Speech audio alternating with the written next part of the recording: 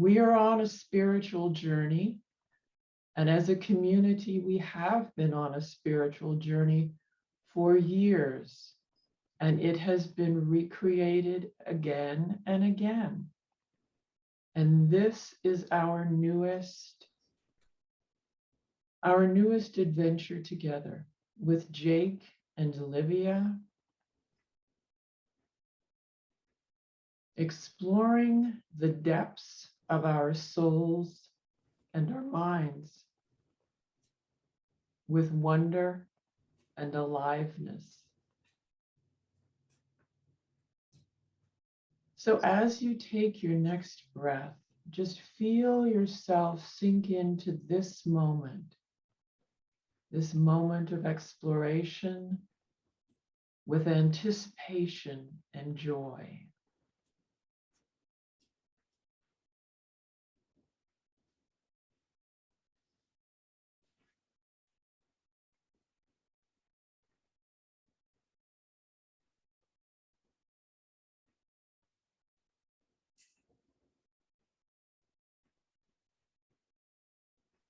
And allow the love of God, however you define that word, to fill your heart as we go forward together.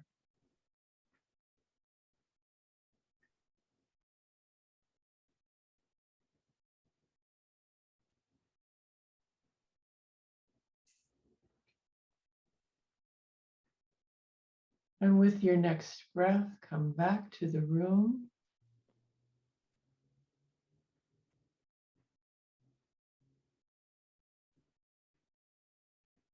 And welcome again, Jake.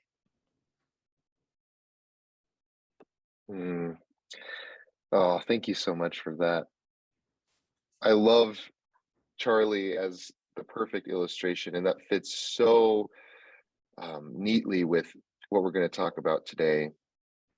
I think puppies and dogs are such a great example of childlikeness, that wonder, that sense of full presence. They're not distracted with worries about tomorrow or yesterday, but they're in the moment. They're arriving into each moment, perhaps even more than we'd like, because we function off of schedules and structure and routine. And so it can even be a challenge when it comes up against our lives and our world. But yeah, I just want to welcome you here today. For anyone who wasn't with us last week, or anyone who may be here who I have not yet interacted with, it's so great to meet you, and we're so glad you're here. My name is Jake. I am the new pastor here at Aldea, and we are on a journey. Both me and Olivia and Josie are on a journey to get to you, and we'll be there tonight, which is so exciting. But we as a community are also on a journey together. We're going somewhere, we're headed somewhere. It's not static. There's movement, there's change, there's growth. And that's been true of this community all the way through, and it continues to be true now. And so this series that we're in, it's just a short 2-week series, because next Sunday, we are so excited to be with you in person. And that's going to be a really special day for us, and I think for the community, just to be able to be together and talk about really where we're going, where we're headed. But I wanted to be a little bit like Charlie and also think about what's happening right now. And what's happening right now for us is that we're in the middle of this move, and there is so much beauty and insight that I think can be pulled from really just digging into the moments that we're in. And so we're in this series called Move is a 4-letter word. And again, I want to thank you, Frank, for that title. It's a good one. He'll be my titles man. And I'm going to just start a screen share with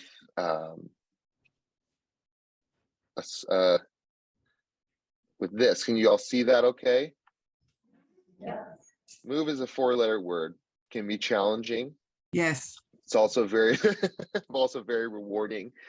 And today what I want to talk about is how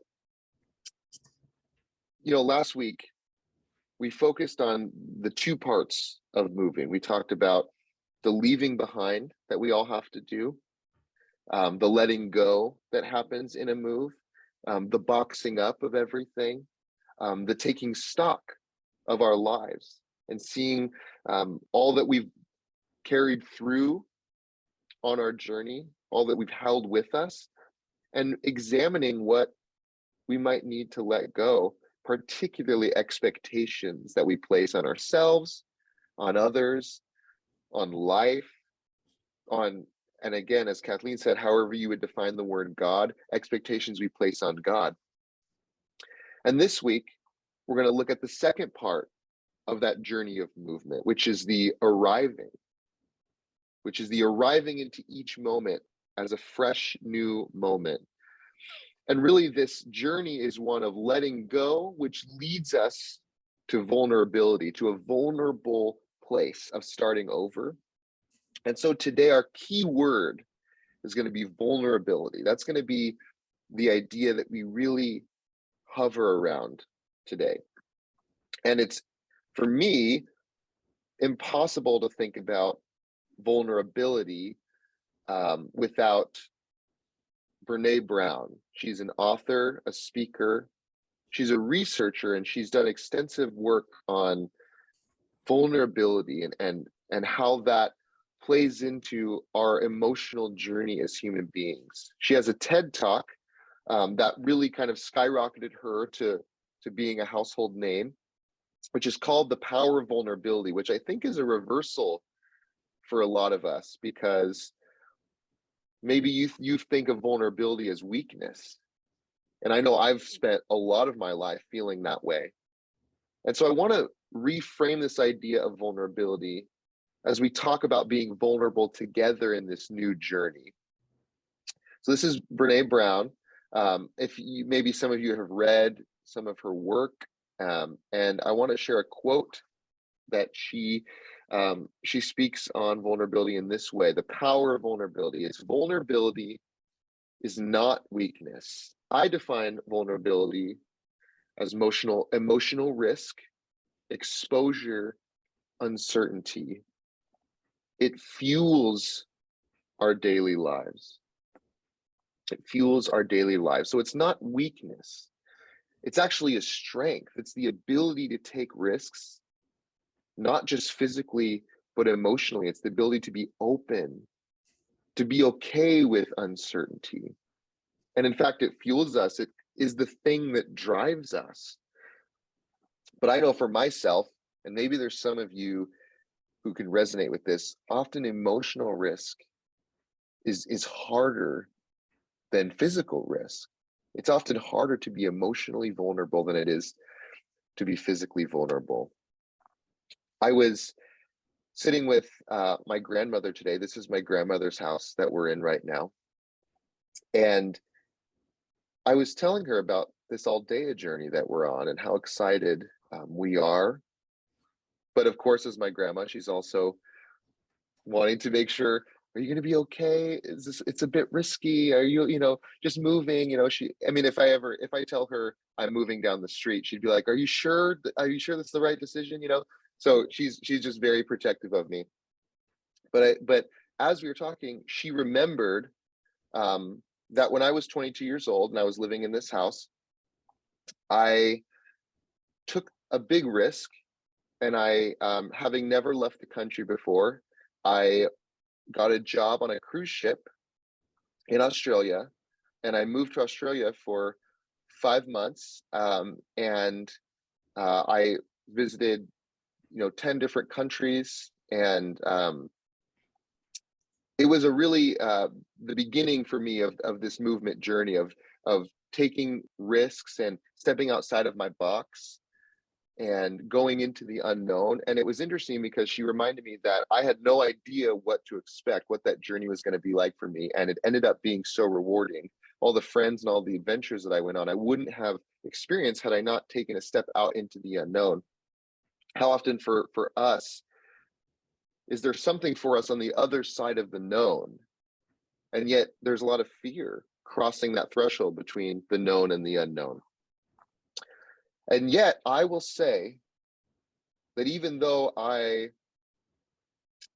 climbed up the side of a volcano barefoot, which that's a story for another time of why I was barefoot, or even though I was mugged in Fiji, or even though I was on this whole journey of just new lands and new places. In a way, it was easier to do that than it has been to emotionally open up, especially in the last couple of years as I've been, in my therapy journey, and Olivia has challenged me to be a more emotionally available person. In some ways, it's harder to take emotional risk, to open up emotionally, than it is to put ourselves in physical risk. You might know someone, perhaps, who, let's say, you know, is a daredevil on their quad or ATV. I know that there's probably a little bit more dirt biking in Arizona than in Washington. You probably know someone who can do triple backflips on their dirt bike and yet maybe have a hard time opening up about what they're feeling. Maybe you're that person. It can be really hard to be emotionally vulnerable, and emotional risk can be harder than physical. So I would just ask you, what does that look like in your life? What are some emotional risks that you have yet to take? What are things that are putting you outside of your comfort zone, not just physically, but emotionally? Because our emotions really drive the physical. We're on a physical journey, but we're also on an emotional journey. I think that sometimes the hardest thing that we can do is be honest with other people. And you think about how each day we see people and we say, "How are you? How are you doing? Good to see you. How are you?" And yet, how often do we actually answer honestly? How often do we say, "Oh, I'm I'm not actually doing so great today"? I think sometimes the biggest threshold that we could cross is just getting to a place where when people ask us how we're doing, we can actually say some kind of truth that would connect us, and in fact build bridges where they might say, "Oh, I feel the same way." About a year ago, it was of course this season of fall and pumpkin patch season. And a year ago, Olivia and I were visiting a pumpkin patch. It's a yearly excursion that we have to make, and so when we get to Tucson, I'm going to take your pumpkin patch recommendations. So get those ready for us. Um, we went to this we went to this pumpkin patch, and we were walking along through this large field. It was like a farm, and so there's just rows and rows and rows of pumpkins. And you had, some people were getting a lot of pumpkins, and so they had big wheelbarrows that they were walking their pumpkins along with. And Olivia and I are just taking a nice stroll, and ahead of us we see a woman barreling towards us with just a wheelbarrow full of pumpkins. But like a runaway train, it seems as if she's lost control of her wheelbarrow, and she's going way too fast, and she's headed right towards us. And I start to think, is this how I go? I mean, I wouldn't have planned that or expected death by pumpkin wheelbarrow, but I'm sure it has happened before, and so I don't want to be, you know, arrogant to think that it couldn't happen to me. So as I'm seeing kind of my life flash before my eyes, and I see this woman getting closer and closer to us, and I start thinking, well, maybe I need to grab Olivia and throw us out of the way into the mud or something. And as she gets close to us, this woman looks at us with very earnest and honest and humble eyes, and she screams out at the top of her lungs, "I'm sorry, I'm just having a hard time." And it just struck me so deep, because I realized, how often do we talk like that to one another? Do we just say, "Hi, I'm sorry, I'm having a hard time"? Imagine what it would be like to talk to your spouse, and maybe you're being a little extra grouchy that day, and they're just going, "What's going on with you?" And you just looked at them and you said, "I'm sorry, I'm having a hard time." It's it's something that it's so hard to do, because that just lets other people in. That's an emotional risk to say, "Hey, I don't have it all together. I'm having a hard time." So I try to learn from this woman and apply her lesson into my life and just remember it's okay to just say, I'm having a hard time. That's what it is. And so I'd ask you, in that way, or in what other ways, how can you invite more vulnerability into your lives? What would that look like for you? What would an emotional risk look like for you? Maybe it's taking a new class somewhere, starting a new hobby of something that you're not the expert, and you're going to start from scratch and learn something new. Maybe it's finding ways to make new friends. Maybe it's being more honest. Maybe you have this something you need to say to someone, but it's vulnerable to share. Maybe someone hurt you, and you need to tell them, hey, I just want you to know that hurt me. Maybe it's in your workplace. Maybe you need to be honest about something or vulnerable about the way that a certain situation has affected you in the workplace. These are all movements. These are all shifts from the known into the unknown. These are movements from one place to another. These are small ways that we can be vulnerable and bring ourselves into a new place. I know that's exactly what Olivia and I are feeling. We're about to be thrust into an experience of the new, a new city, a whole new community, and it's so exciting. But there is a vulnerability for us to say, hey, in some ways we're starting from scratch, and there's a beauty there. There's an excitement there, and I would even go so far to say that there is a spirituality, a deep spirituality in that type of movement. Within Zen Buddhism, they call it beginner's mind. That we might approach each situation like a child, like a golden doodle, that we can let go of our expectations, that we can let go of what we think we know about something, and try to put ourselves in the place of being as open as we possibly can be. Can we choose intentionally to adopt the mindset of a beginner? Can we find situations in our life that put us in the place of a beginner?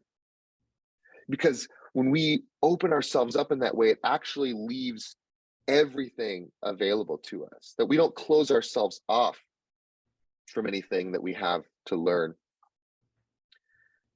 And of course, I find that Jesus speaks so much on this. It's such a big part of the way that he talks, especially in his parables and his examples. I think Jesus, though he was across the world from Zen Buddhism, I think Jesus speaks so well of beginner's mind. I mean, he talks about a full reversal of the order of things, that the weak are strong, that the poor and the meek will inherit the earth. And perhaps most poignantly, he speaks often of the fact that the children are the wise. The children are the ones who really get the kingdom, who understand it. And I believe that in that, he's pointing us to emotional vulnerability, because along that very same line of logic, he's saying the emotionally strong are those who are emotionally vulnerable. And so I want to point us to this really interesting story that we have in the Gospels, that we see a man come to Jesus, a man named Nicodemus, a man who, by all rights, in the ancient world, in the Jewish world that Jesus was in, that this man, Nicodemus, was a man of knowledge and a man of power, that he was a Pharisee, which meant that he was of the religious elite, and that his knowledge of his religion granted him incredible influence and power in his world. So knowledge, in a way, was that which he used to navigate his world and protect himself for emotional vulnerability. And yet, this man comes to Jesus in secret, in the dark of night, and we see a window into vulnerability from this man. And I'm going to have Olivia read this passage for us so you can hear some of her lovely voice. And it's a longer passage, so I wanted you to get the chance to hear her say that. And if she's ready, we're going to go into that now. Right. And this Oh, is this is John chapter this is John chapter 3 verses 1 through 21, the Message translation. As if to say, open your Bibles to that, but I don't think any of you have your Bibles, so it's okay. But yeah, it's on the screen. okay. There's a man of the Pharisee sect, Nicodemus, a prominent leader among the Jews. Late one night, he visited Jesus and said, Rabbi, we all know you're a teacher straight from God. No one could do all the God pointing, God revealing acts that you do. If God weren't in on it. Okay, you can go to the next slide.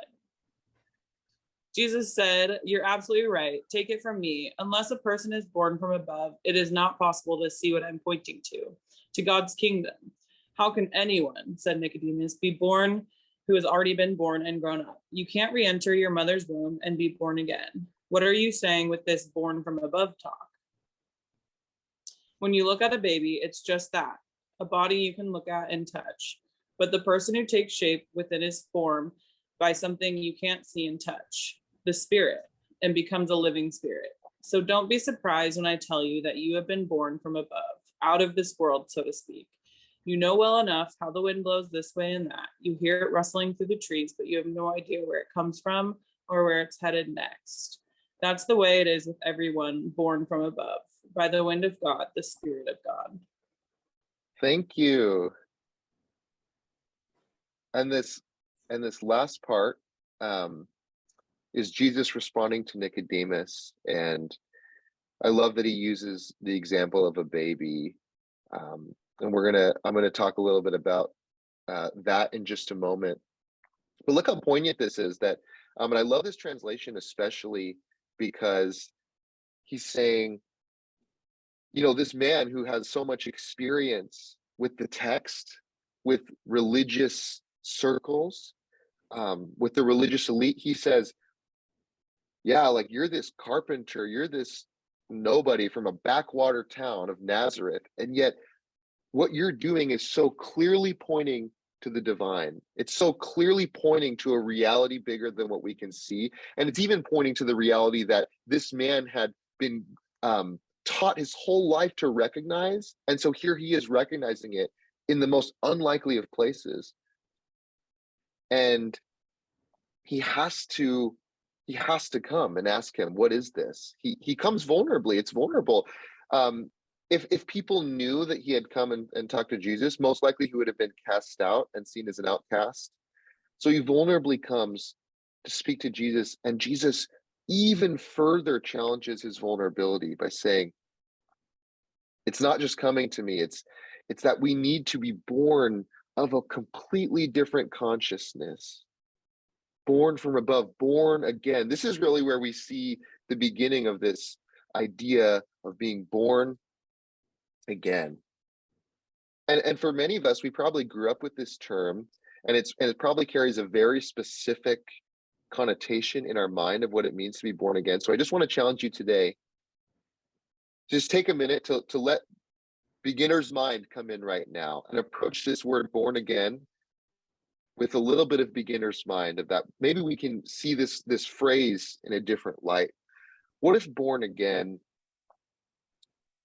in this context that Jesus is using, is to be born into mystery, to be born into unknowing, to be born out of the certainty and the knowledge that we have accrued, that we use in a lot of ways to protect ourselves from emotional vulnerability? What if we're born again into a vulnerable state? And like Nicodemus asks, we're not being born again physically as babies, but what if we can, in a way, be born again emotionally as babies, as fresh and as new, or we could be born again emotionally as puppies. And so Jesus is inviting us to be born out of this knowing that we have used as power. See, for me, I know that, and Olivia can probably attest to this, but I often use knowledge and words and language to protect myself from vulnerability. I go to therapy, and sometimes in the beginning of my therapy session, you have an hour session, and the first part of my session, I come in with all this knowledge of what I think is going on with me, and I go, oh yeah, I get it. I know what's going on with me. It's probably this thing and that childhood thing, and I totally understand. And through this session, my therapist kind of breaks me down to a place of emotional vulnerability, and by the end, all my fancy words are gone, and I'm probably saying things like, I'm scared, I am afraid, I'm vulnerable, I'm embarrassed, I don't know I don't know what's coming up. I don't know what I'm feeling. Um, I might be mad, ashamed, all these different things. And sometimes it takes us getting back to those simple words and those simple understandings to actually reach that emotional risk. And Jesus is inviting us to that because I think we're Nicodemus. I mean, if I were to look at my own life journey and think, who am I in this story? I have to be Nicodemus. I've spent a lot of my life accruing knowledge, allowing my spiritual and religious knowledge to actually help me navigate my life. And yet, I feel Jesus is inviting us all to that can we let go of what we think we know and start fresh and start new? In my personal journey, uh, I've been doing ministry for quite a while, but within the last 10 years, and especially in the last 5 years, I've gone through this evolution, deconstruction shift. I know a lot of you can relate to that, where you come from this particular tradition, and yet you experience it in new perspectives and new lights, and it requires you to reassess, what do you actually believe? And what was really amazing for me, and something that I so cherished, is that when I let go of all that I thought I knew, all that I thought was the only truth and the only way, it actually opened me up to everything else that was out there. That, when I was 19, 20, I began to feel like I could read other wisdom texts, that I could read Buddhism, that I could read the Tao, I could experience the ancient mystic Jewish texts, indigenous spirituality, that these things that had been off the table for so long, approaching them through beginner's mind, I could come back and as a beginner approach these other wisdom traditions, not as an expert, not as a religious or spiritual expert, but as a beginner. And it gave me so much joy. And I'm sure some of you have been on a similar journey. But for me, it was like becoming a spiritual baby. And yet becoming a spiritual baby actually is my favorite thing I've ever done in my life, is allowing myself to become a spiritual baby in that way. And yet babies are what I think are some of the most vulnerable creatures. Babies of all species are some of the most vulnerable creatures on the planet. So why does Jesus use this symbol? Why does Jesus use this symbol of the utmost vulnerability as what we ought to be? When I was 15 years old, my parents had another child. I grew up without any siblings till I was 15 years old, and then I had a brother when I was 15 and another brother when I was 17. So when I was a teenager, I had my first experience with a baby, and my oldest brother, who was born when I was 15, his name's Marshall, and Marshall was born 2 months premature. So he spent about a couple weeks in the NICU. And it was in the NICU that I encountered the most vulnerable children that I had ever encountered, that children that were being kept alive in incubators on machines, that my brother was so small and so tiny and so fragile. And their immune systems were so fragile that to even enter the NICU, we had to scrub in like we were going into surgery. And I had never experienced that before, that I had to, my fingernails, I had a fingernail brush that I had to, and I had to, my whole body, I was covered in gear to protect the immune systems of the children there. And it really taught me a lot about vulnerability and about treating things with delicacy, and treating precious things with tenderness. And yet when we brought my brother home, that continued, because I was told about the soft spot on a baby's head, known as a fontanelle. And I think to this day, the fontanelle is the scariest thing in the world to me. I'm still absolutely terrified of the fontanelle. If you don't know what the fontanelle is, it's the top of the baby's head where for a bit when they're still an infant, there's a soft spot. I mean, a lot of you are parents, so you know this better than me. But I thought that the soft spot on a baby's head was like a little thin piece of paper separating the skull from the brain. And I was terrified that if I touched the soft spot, or if anything touched a soft spot, that I would be touching my brother's brain. So I was absolutely terrified that I was going to do something wrong. And so I would always hold him with the utmost fragility and the utmost delicacy. And to this day, if I ever touch a baby, I'm afraid that I mean, even if it's like a 3-year-old, I'm like, I don't want to get close to it. I don't want to get the fontanelle, you know? And yet that's who Jesus is inviting us to become, to be that vulnerable. And yet what's interesting is that we might look at this type of vulnerability and we might think, well, are we being asked to be childish? Are we being asked to be is that what we're being called into, is childishness? And I think there's a big difference between childishness and childlikeness. See, children are often pretty overconfident, they think they know everything. And I think that is a symptom of childishness. Yet childlikeness is beginner's mind. It's a return to the simplicity and the unknowing of being a child. So where one is overconfidence, the other is beginner's mind. And I think that is what Jesus is inviting us to. And I think we actually see this demonstrated in this understanding in psychology. And you may be familiar with this, but it's known as the hierarchy of competence, or the 4 stages of competence. And I'm going to walk us through this very briefly. That when we learn something, we move through these 4 stages. That first, there is unconscious incompetence. And that is that we don't even know that we don't know about something. And for many of us, see, for many of us, we're in this stage with most things. I mean, there's so many fields of study that I have no idea, that I don't even know anything about it. I couldn't even begin to tell you anything. And yet I'm not even aware of how little I know. And so we begin with unconscious incompetence. And then we move to conscious incompetence, which is we learn that we don't know something. And at the very least, we're aware of what we don't know. And I think this is a crucial step, because most of us, I think for most of us on this planet, that is a huge step for us. Is just getting into this point of being aware of how little we know. Then we move into conscious competence, which is now we know what we know. And so when we do something, when we have a skill, we know how to do it, but we have to kind of still think about it.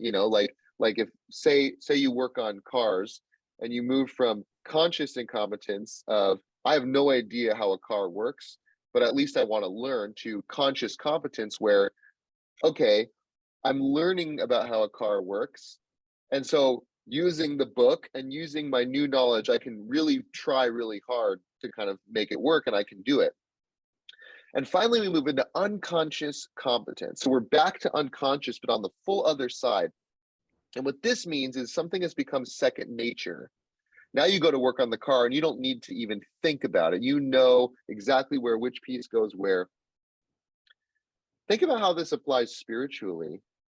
That for most of us, and especially think about where we are as a society, that we don't even know what we don't know. We think we know more than we do. We're childishly overconfident. Think about how religion can often function in this way, that we don't even realize how little we know. And moving into conscious incompetence, moving from unconscious to conscious incompetence can be the biggest step, because it's in that movement, it's the movement from red to yellow, that we find beginner's mind, that we find this choice and this willingness to step into something humbly and say, I now know that I don't know. and how beautiful a stage that is. How does that open up the other two stages? Then it's only when we recognize what we don't know that we can learn, and then we can do something second nature. Do you have anything that you're unconsciously competent at, that you don't even have to think about it and you can just do it? And do you remember in that thing moving through the other three stages, moving from not even knowing that you don't know, and then knowing that you don't know, and then knowing that you know, and finally not even needing to know that you know? It's something that we all go through. And there's another example of this also in psychology, and it's particularly found in this cognitive bias that has been named the Dunning-Kruger effect, based on the psychologists that discovered this through research and study. And this idea is that we tend to be overconfident about our knowledge of something the less that we actually know about it. And so there's this graph, and it shows this curve that our confidence is the greatest with the least competence. So for example, going back to my earlier example, I know nothing about cars, about how cars actually work. So if you were to ask me, Jake, how does a car work? I'd probably say, well, you put the gas in and the gas goes into the motor and the motor spits it out and it goes vroom vroom. I get how cars work, you know. I know everything about this. But then if you were to actually start to if a mechanic were to take me on a tour through the garage and start to show me exactly how cars work, my confidence would start to drop immediately the more that I learned. Researchers actually call this dip right here the valley of despair. when you go through that existential crisis and you realize, oh my gosh, there's gaskets and there's transistors and there's alternators and there's the that's all I got today for you. But I know there's more. And so again, the more you know, the less your confidence is, until you get back to unconscious competence, where your confidence, if you see, is still below your confidence when you were at the very beginning, because now your confidence is completely accurate with your competence. So we go on this journey, and I know some of you have seen this in your own lives. I'll give you an example. How often do we get in conversations with someone, and it seems like the less they know about what they're talking about, the more dug in they are about their opinion? Have you ever had that conversation? You're talking about world problems, situations, maybe politics, and it feels like, no, it doesn't seem like this person really knows what they're talking about, but they feel pretty strongly about what they're talking about. It's true on Facebook. It's a dangerous place out there. And yet the more you find that the more people learn, the more people understand the complexity of situations, the less confident that they feel, because it's, wow, this is a really complex situation. Now that I see more sides and more nuance, I feel less strongly about digging my heels in. And I think this is so true in spirituality.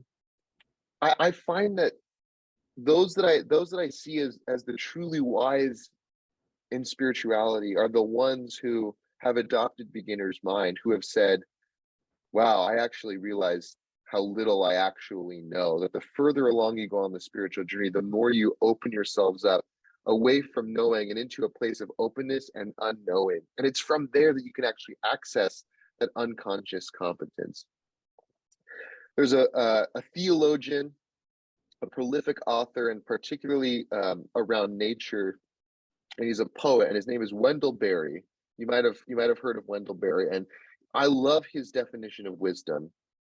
He says the acquisition of knowledge always involves the revelation of ignorance. Our knowledge of the world instructs us, first of all, that the world is greater than our knowledge of it. To those who rejoice in the abundance and intricacy in creation, this is a source of joy. May it be joy that we accept that our knowledge of the world will always be less than what is actually there. And let our sense of wisdom include the revelation of our ignorance, of what we don't know. This is emotional vulnerability, to approach wisdom in this way. And yet it's so hard to do. It's so hard to do. And I look back at our time through the pandemic, a time when perhaps we've encountered the most cynicism and the most skepticism that maybe we ever have, that it's so easy to be cynical, looking at the world, looking at each other. And yet I find cynicism to be the opposite of emotional vulnerability, because what cynicism does is it just points the finger elsewhere. It just says, well, there's the problem. Well, everything's going wrong because of them or that. Instead of saying, let's look at the good. Let's look at what we can do. Let's look at ourselves. Let's just be emotionally vulnerable about how we're feeling. How many more people in the last 2 years said, it's them, they're doing it wrong, it's their problem, versus saying, I'm scared. I'm sorry, I'm having a hard time. You know, it's interesting. I don't know how many of you have watched this show, but there's a show that has blown up called Ted Lasso. It's blown up and it's become one of the most popular shows on television. And it's about a guy who he's a United States football coach, college football coach, and he's hired to become the English football, so soccer, the English football coach of a team in England. And he was actually hired by a vengeful ex-wife who, it was her husband's favorite team. She now owns the team and she's trying to bomb the team. So she hires who she thinks is the worst possible coach for the job. And yet Ted comes in with the most incredible optimism, not a shred of cynicism. And he actually brings the team to victory. But before he does, he brings them to a sense of childlike openness. And he teaches them through a sense of just relentless optimism. And what's interesting is this show became most popular at the height of the pandemic, a time when cynicism was at its greatest rise. And we were most, just kind of inundated with images of darkness and sorrow. How much we needed a figure of optimism. How much do we need something that kind of stood in the face of cynicism and said, no, I still believe, I still think that there's hope. So it's fascinating to me that this show has so much cultural significance right now, hope in the face of all that we're going through. And what's interesting is to have that type of hope, to have that type of optimism, it's not in ignorance of all the pain. It's not pretending that all the pain of the last 2 years or all the pain and difficulty of just being human, it's not pretending that it doesn't exist. It's not just being optimistic without a sense of where we've come from, what we've gone through. No, it's optimism, it's hope that goes through the pain and finds out what's on the other side. See, cynicism isn't even strong enough to go through. Cynicism stays on the other side because it's actually afraid to be vulnerable. But true emotional vulnerability is going through the pain and finding out what's on the other side. So I'm going to close with this. These are two of our time, two of the greatest spiritual leaders of our time. On the left, you have Archbishop Desmond Tutu, who is the spiritual leader of South Africa. And on the right, you have the 14th Dalai Lama. And if you don't know about these men, not only are they some of the most well-known spiritual figures of our world, but on the left, Archbishop Desmond Tutu was the subject of severe apartheid, so severe racial discrimination in South Africa. That he rose through prominence through incredible adversity, through credible and unbelievable and horrific racism, and essentially being pushed down and being seen as an outcast and an other in his society. And on the right, you have the 14th Dalai Lama, who was exiled from his home country of Tibet. That Tibet is not free, and he was exiled from Tibet and has remained to this day a political exile of his own home country. So both of these men have seen on the national level what it means to be an exile and an outcast. And yet the joy that is represented in this picture, see, they had a unique friendship. They wrote a book together called The Book of Joy, and they had this really unique friendship. And it's notable, and it's been noted by many different people, that whenever they got together, whenever they first saw each other after a long time, immediately these two, some of the most dignified spiritual people on the planet, that when they saw each other, they would immediately just start tickling each other and laughing and hugging and being silly. And honestly, I have no doubt that they had a fart joke or two between the two of them. So they were just goofy and silly with each other. These two men that have experienced the darkest that humanity has to offer, are they ignoring the darkness and the pain that they went through? No. See, I believe they found a joy on the other side. You go all the way through. You go from the known to the unknown. You go through those 4 stages. You go through the valley of despair.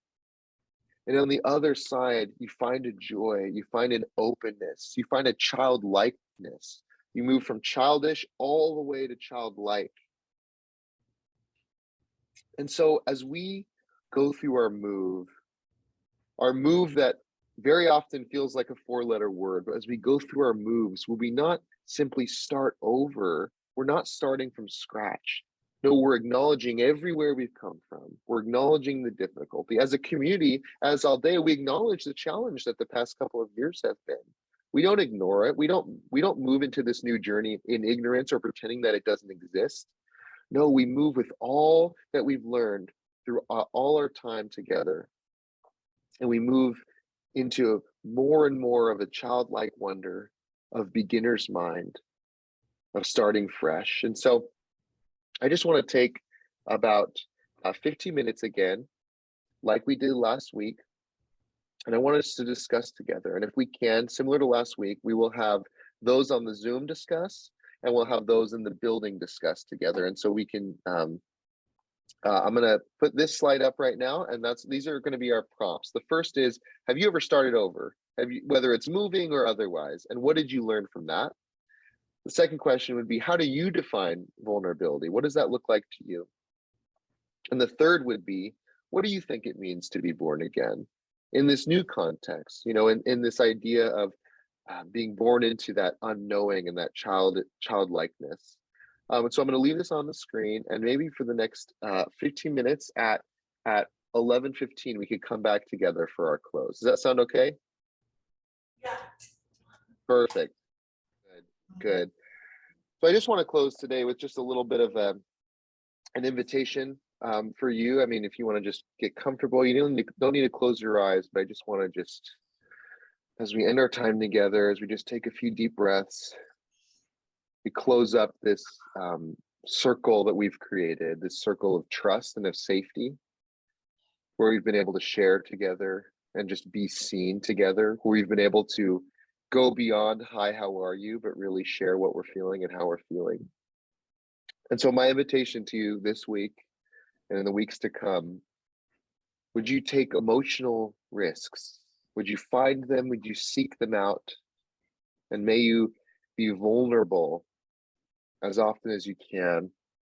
May we learn from our puppies and our grandchildren and our children, the babies in our lives. May we learn from that childlike sense of wonder and openness.